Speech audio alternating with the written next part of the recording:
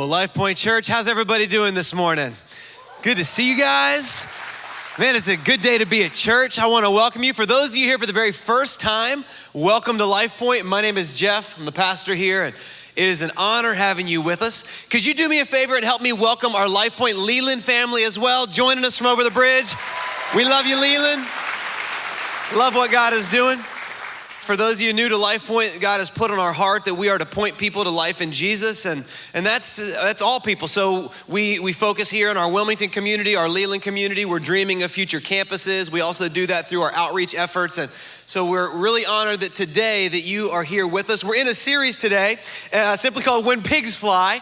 When Pigs Fly. Been having a lot of fun with this series, and we're talking about the topic of finances. Finances. Now, I don't know if you've ever been to a church that talked about money. Tends to kind of make people get a little bit tense, but I want you to relax today.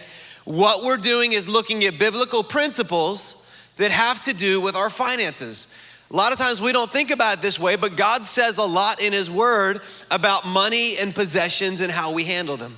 And now today's gonna be part 3, so if you happen to miss part 1 and part 2, I want to encourage you to go online, go to our website, lifepointnow.com, or you can open the Lifepoint app on your phone sometime this afternoon or later this week and catch up on the messages from part 1 and part 2, and you'll understand a little bit more about why this is such an important topic.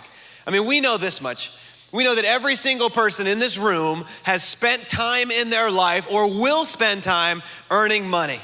We've all bought things that we need. We bought things that we want. We've all spent money in ways that we regret.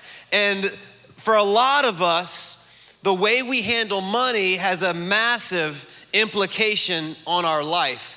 And so we want to talk about how do we win in the arena of finances. And so today I want to title this message. If you've got a note card, you'll find them on the seat back in front of you or under your chair if you're on the front row, or if you want to follow along digitally.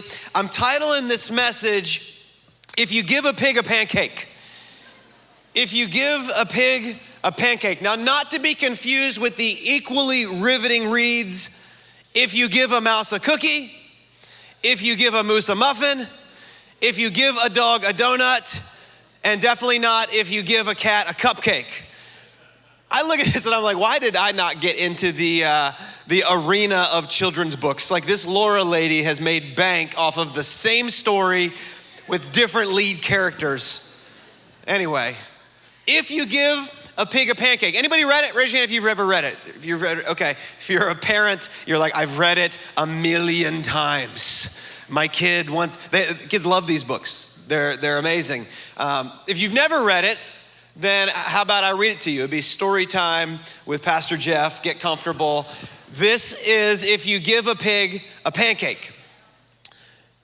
If you give a pig a pancake, she'll want some syrup to go with it, right? Who wouldn't? You'll give her some of her favorite maple syrup, which we're talking about, syrup or syrup? Syrup, okay, syrup. All right, syrup. All I heard was syrup. So if you think it's syrup, you're wrong. Okay, we're going with syrup today. So if you give a pig a pancake, she'll want some syrup to go with it. Because have you ever had pancakes without syrup? They're awful. Let's be honest. We like the syrup. So if you give her a pig a pancake, she'll want some syrup to go with it. You'll give her some of your favorite maple syrup. She'll probably get all sticky. So she'll want to take a bath. She'll ask you for some bubbles. When you give her the bubbles, she'll probably ask you for a toy. You'll have to find your rubber duck. The duck will remind her of the farm where she was born. She might feel homesick and want to visit her family. And then something about laundry, and then the stuff under the bed, and before long she's making a mess, and then there's something about a recliner, and you have to run away. Parents, you've read books like this to your kids, right? You just want to get through the thing. Then there's something about, she looks at the picture, she's playing, I don't even know what that is, something with Polaroids. Who knows what a Polaroid is anymore? Then all of a sudden, they want to build a tree fort. If you give a pig a pancake, you're gonna find yourself eventually building a tree fort. She's gonna want wallpaper and glue. And then when she hangs the wallpaper, she's gonna get all sticky. Feeling sticky will remind her of your favorite maple syrup. She'll probably ask you for some. And chances are, if she asks you for some syrup, you're gonna give her some syrup. And the rule of thumb is don't give a pig a pancake because it's gonna have a mess on your hands. That's basically the moral of the book. had something very similar happen in my life. So June 6, 1998, my wife and I got married. Transition.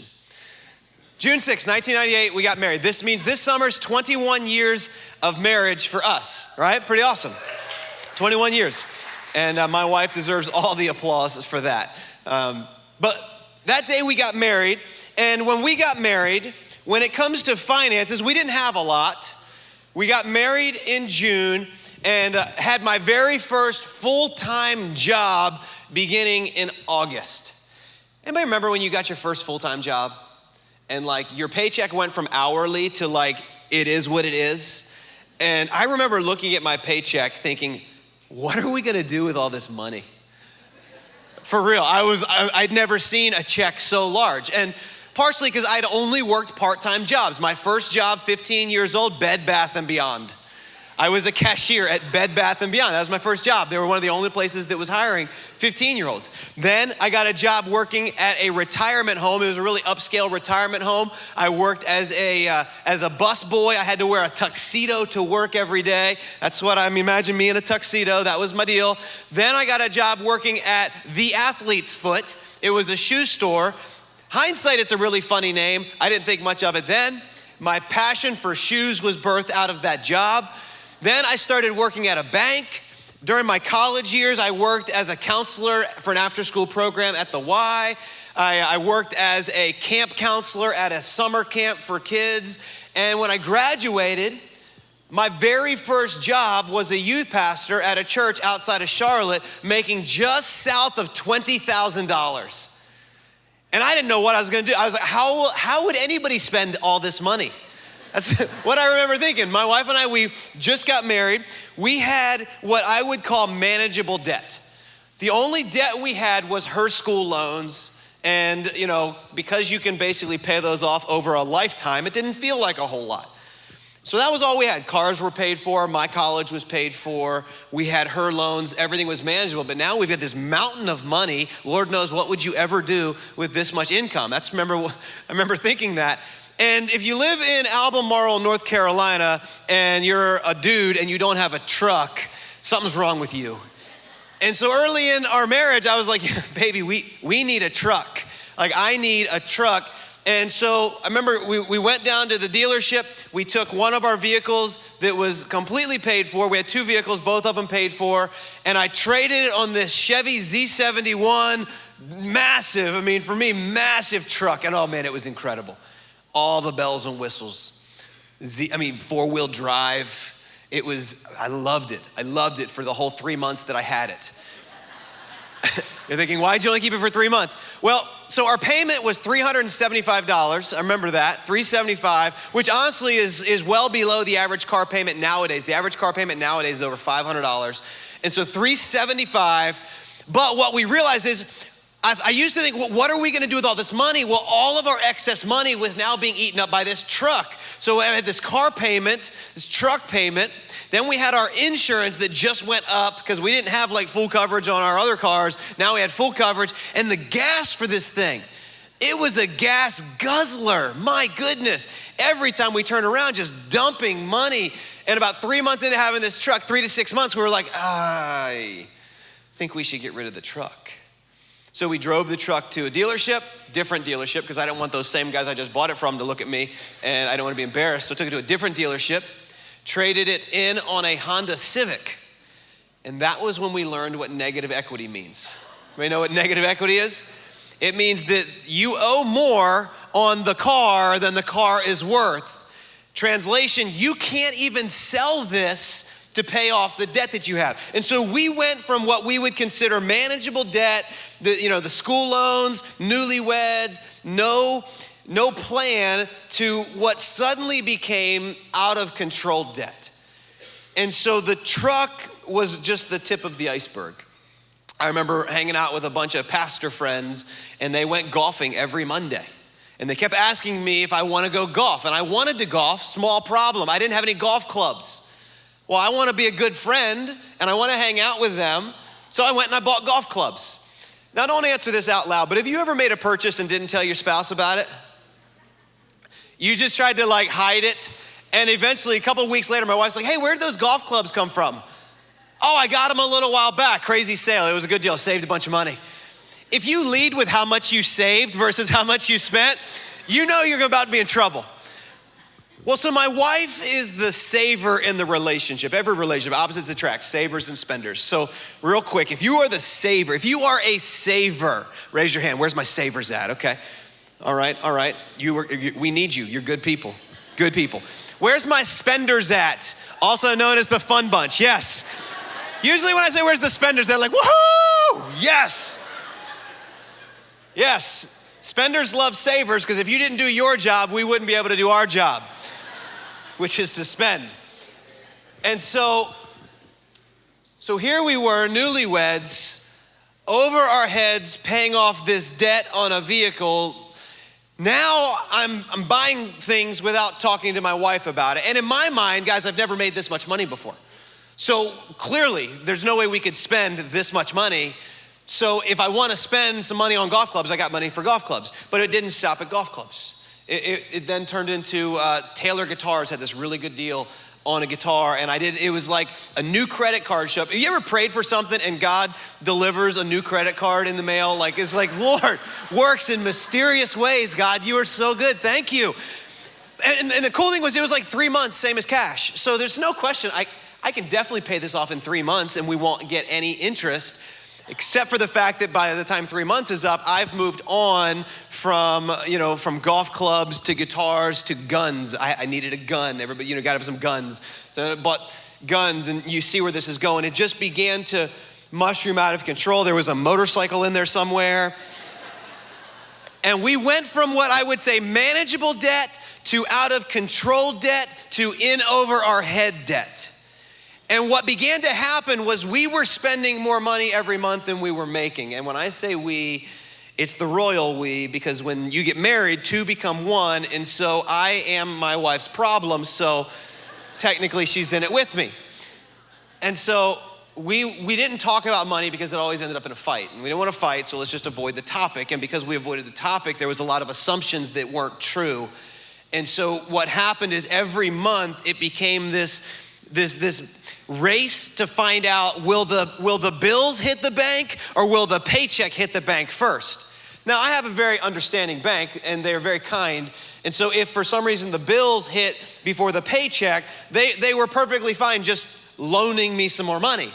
And so I had this overdraft account that they would just hit up and they would charge me some like astronomical interest rate, but they would cover so that my checks didn't bounce and my bills would get paid. And the nice thing was they would mail me a postcard every month to let me know how much money they transferred. It was like wonderful. Oh, look, mail from the bank. Uh-oh. And it got to where we couldn't talk about it. We thought we're the only people that just can't get their act together. Anytime we did, it led to a fight. And it was literally destroying our marriage. For 9 years, money and debt was eating our marriage for lunch. It had sucked the life out of our finances.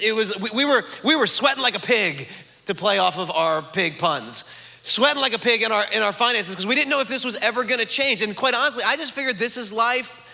It's always gonna be like this. It's always gonna be, like we don't make enough money, which is funny because it used to be, what am I gonna do with all this money? Now it's like if we just made more money.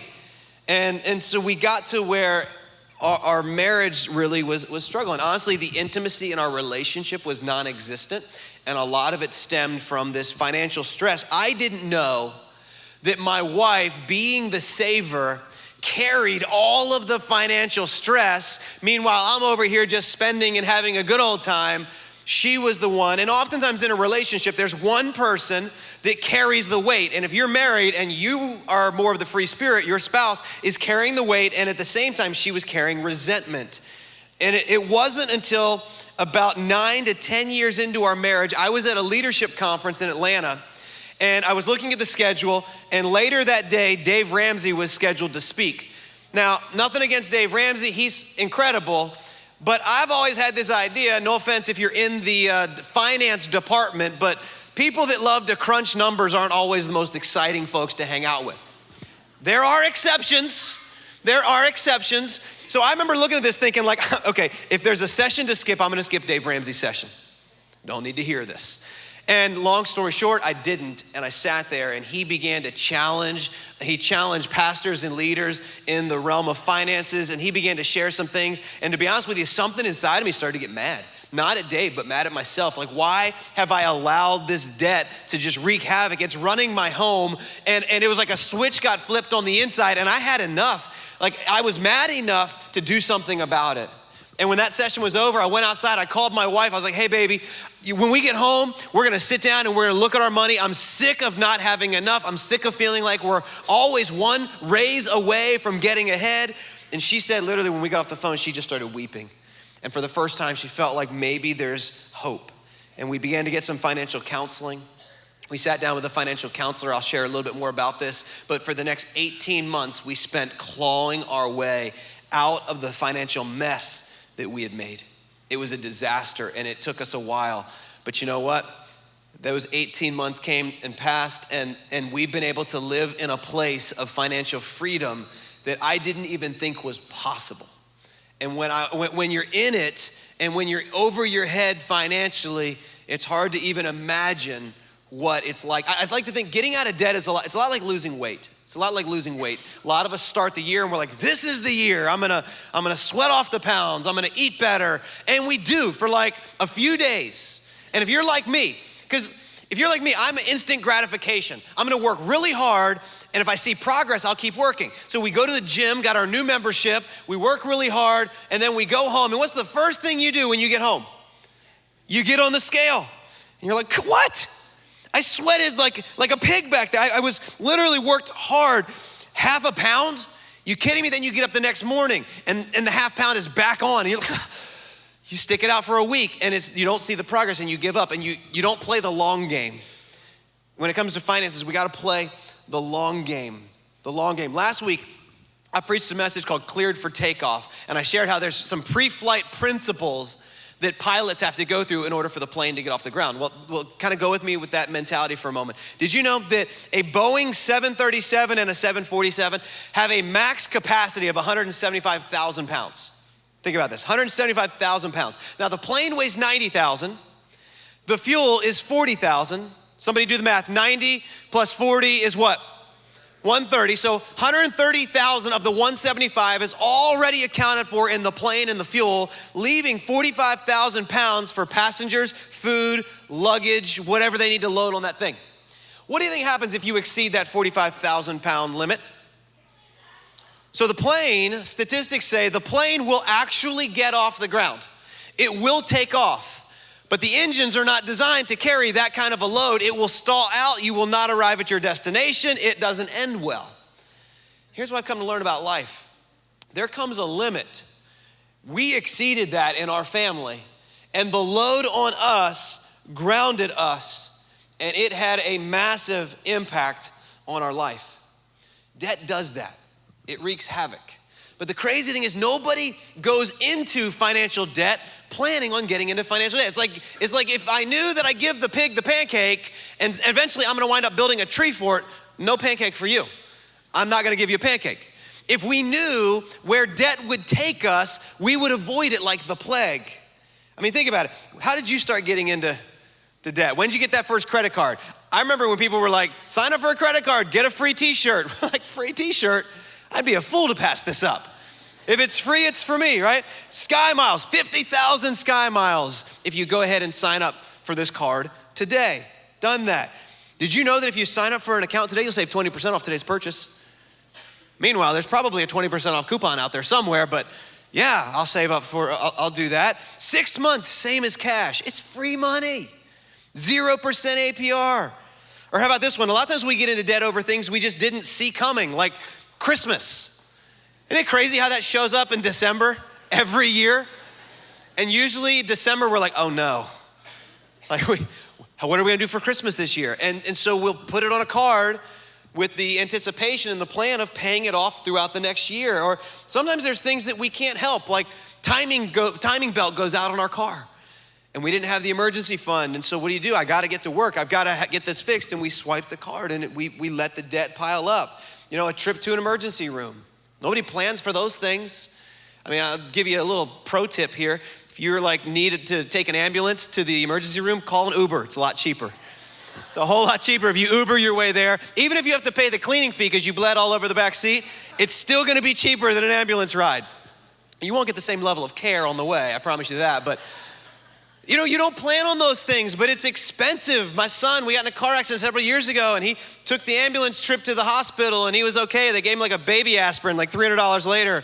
You know, that paid for the aspirin, and then we paid for a while on the ambulance. It's just, you don't think about those things, but they put us in a place, and you're like, I couldn't help it. It's true. There's some of that stuff we can't help. I mean, nobody plans a hurricane, right? And now we've all got things around our house to fix. And so life has a way of dealing you a hand sometimes, but we all can wind up in this place where we start carrying debt. I mean, literally, as I'm working on this message, I get an email from Starbucks. They want to give me a Starbucks Visa. And if I sign up now, 4,500 free stars. How do you pass that up, right? 4,500 free stars, that's like instant gold status. I need status with Starbucks. I'm being sarcastic, but the irony is we all find ourselves at times in a place that we didn't think we would ever be financially. And as I started thinking about it, I've spent my entire life in church. There's very few weekends I haven't been in church or in a small group or in a youth group. And as I thought about it, do you know how many messages that I can recall hearing preached about when it comes to debt and finances that I didn't preach myself? 0. So think about this. We all deal with it. It wreaks havoc in our life. God talks about it in his word. Why is nobody talking about this? So I want to talk about it today. I want you to take some notes. I want you to jot some things down. But if you don't hear anything else, let me give you kind of my stance, what I believe is biblically supported. We'll talk about it. Here's my stance when it comes to finances and debt. Write this in your notes. Debt isn't sinful, okay? It is not a sin to have a credit card debt. It's not a sin to have a mortgage. It's not a sin to have, school loans. It's not a sin to go out and buy something and put on a credit card. However, let me finish the sentence. Debt isn't sinful, but it can be stressful. Can I get an amen? Debt can be stressful. When my wife and I had what we call manageable debt, it wasn't stressful. But we allowed ourselves to go to a place where it became incredibly stressful and then began to cause some sinful behavior. So I would say warning, warning, warning when you begin to dabble with it and get into it, because it is something that you can get in overnight, spend the rest of your life digging out of. Debt isn't sinful, but it can be stressful. Here's the first thing I want you to know. Number 1, debt makes you a slave to the lender. The Bible teaches this. Debt makes you a slave to the lender. You are in bondage to the organization, to the person. When you borrow money, you are signing away that I am going to pay this back. I will make good on this, that I am putting myself in a contractual agreement with someone else. Now, there's nothing wrong with that, assuming it is something that you've spent time thinking through. It's in the budget, you're ready for it, but that's where the problem comes in. Oftentimes we don't think about that. Think of it like this. You ever owed somebody money? You ever borrowed money from a buddy? Like just, there's times when you borrow money and you had a plan, like, hey, I'm gonna pay you back in the next 30 days, it will be good. But you ever just, you borrowed some money, there was really no plan on how it was gonna get paid back, and over time, if you don't talk about it and you don't put together a plan, things can get a little bit weird. Like you go to lunch and you have that moment where you left your wallet at home in the car, in your other pants or whatever. And your buddy's like, oh, I got you, you can just pick me up tomorrow. And then tomorrow, something slips your mind and you forget. You know he didn't forget, right? And all of a sudden, things, if they don't get dealt with, they can get weird. The Bible puts it like this. The rich rule over the poor, and the borrower is what? Slave to the lender. That we allow ourselves into a place of slavery when we owe people something, when we owe them money. Another way of looking at this is Galatians chapter 5, verse 1. If you think about it, God did not create us to live in bondage and slavery. Bible says it is for freedom that Christ has set us free. That's Jesus going to the cross, suffering and dying for the sin debt that the world owes. Jesus paid the greatest debt we could ever have, and we're told to stand firm. Do not let yourselves be burdened again by a yoke of slavery. I want you to know you were created to be free, but for a really good deal on a TV or a new set of wheels, we'll put ourselves back into a place of bondage. Now, thankfully, when our sin debt is paid, we don't go back into a debtor relationship with God when it comes to sin, but we can put ourselves into a debtor relationship with other people when it comes to finances. Debt makes you a slave to the lender. We shouldn't live that way. We're not supposed to live that way. The second, debt should be retired as quickly as possible. So if I'm gonna get in debt, if I'm gonna take on debt, I should have a plan to get out of it as fast as possible. Don't make minimum payments. I'm not gonna minimum payment my way out of this. You'll pay on that the rest of your life. I love it. In Proverbs chapter 6, verse 5, speaking about debt, we're given this imagery here.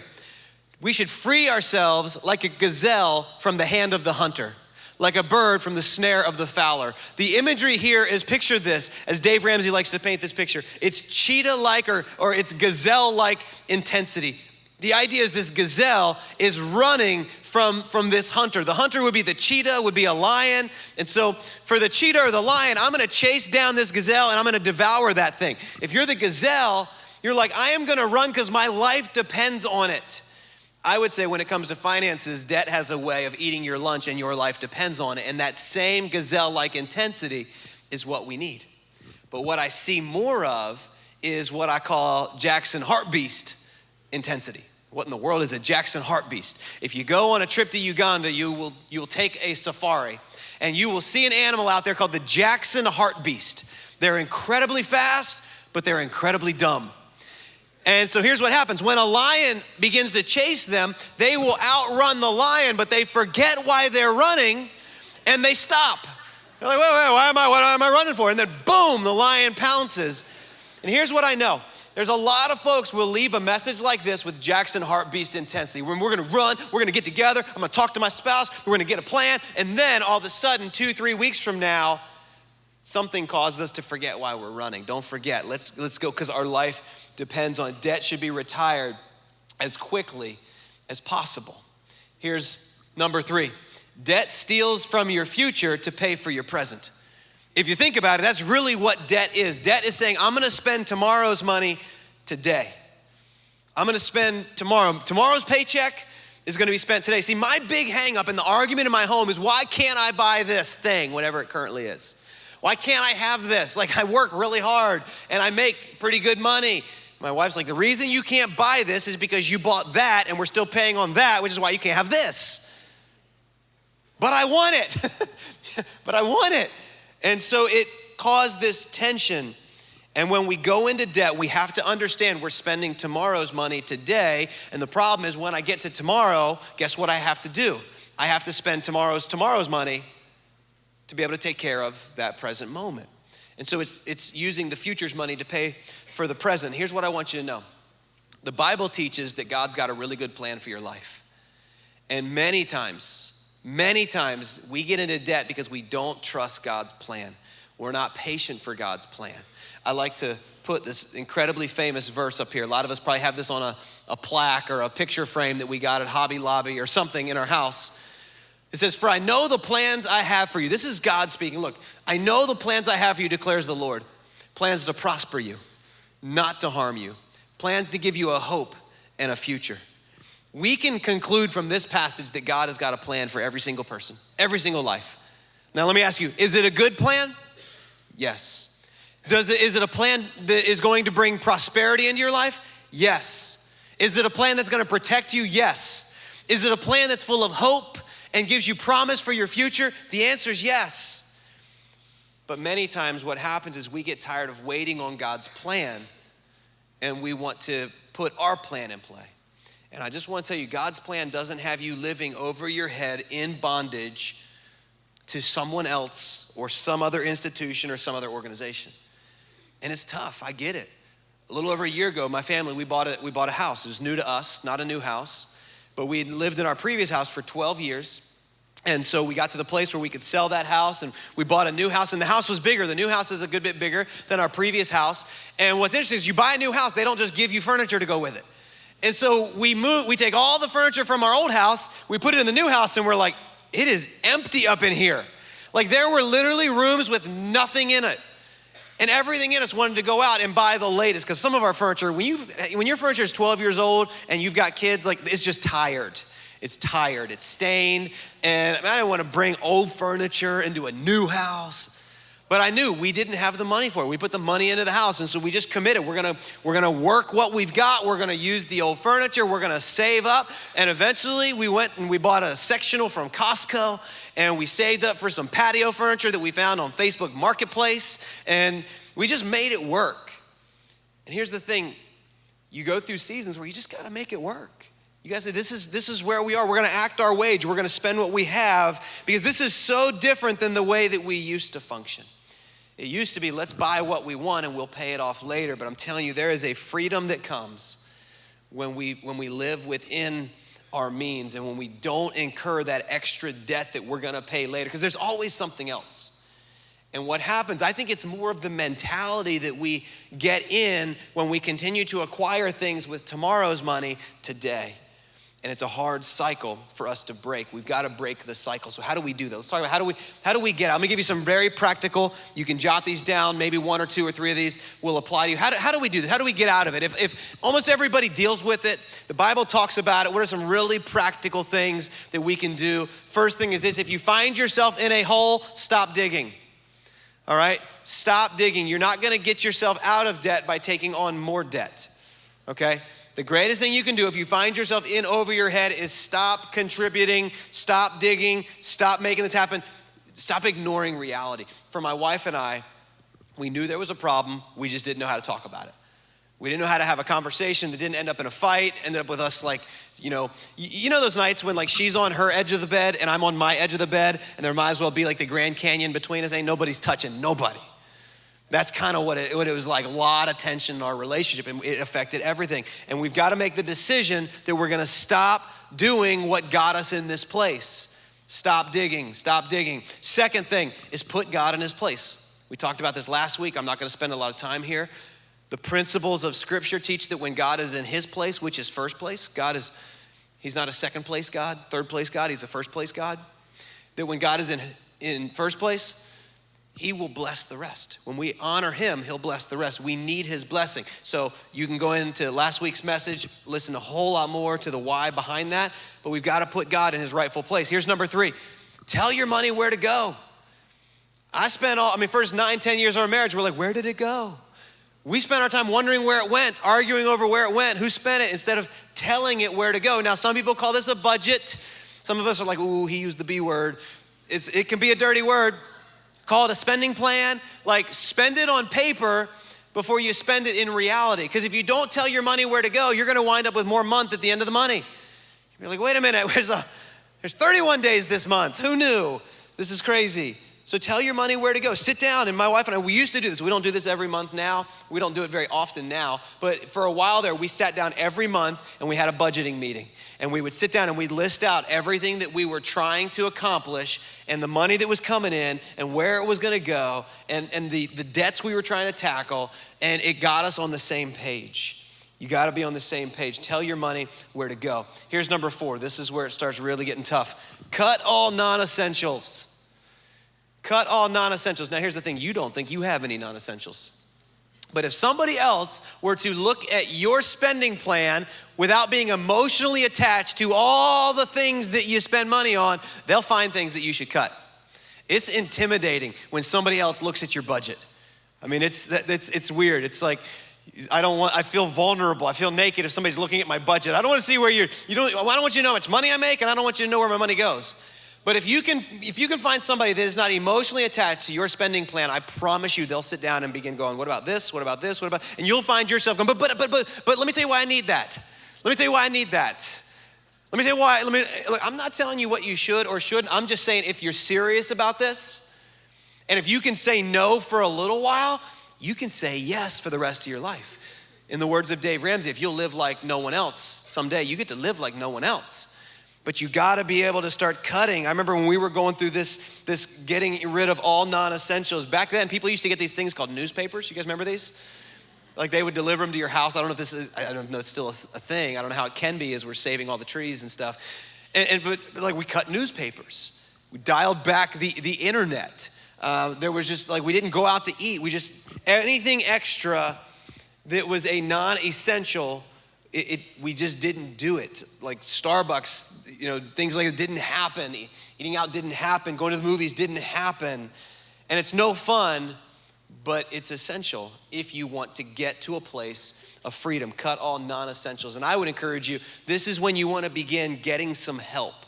Find a financial counselor. We've got some teams here at the church. We do financial peace. We've got a whole semester that just kicked off. Work the plan. There's power in the plan.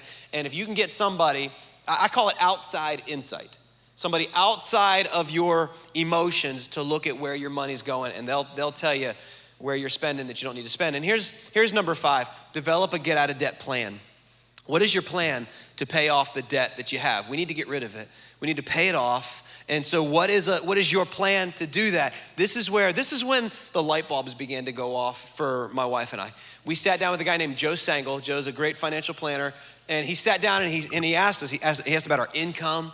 He asked for all of our expenses. And so we started laying out all these expenses. And he started saying things like, you realize if you requote your insurance, you'll be able to save money on that. Have you looked at this lately? Have you called this company? Did you call and tell them you want a lower cell phone bill? Like, he started telling us things that I didn't even know we could do. And then he started challenging us. He's like, well, what do you have you can sell? I'm like, I don't know. We don't have anything. And all of a sudden I started walking into the garage and I'm like, ooh, Craigslist, that, Craigslist, that, Craigslist. And we started finding things. We got this gazelle-like intensity. If your life is on the line, you'll find things.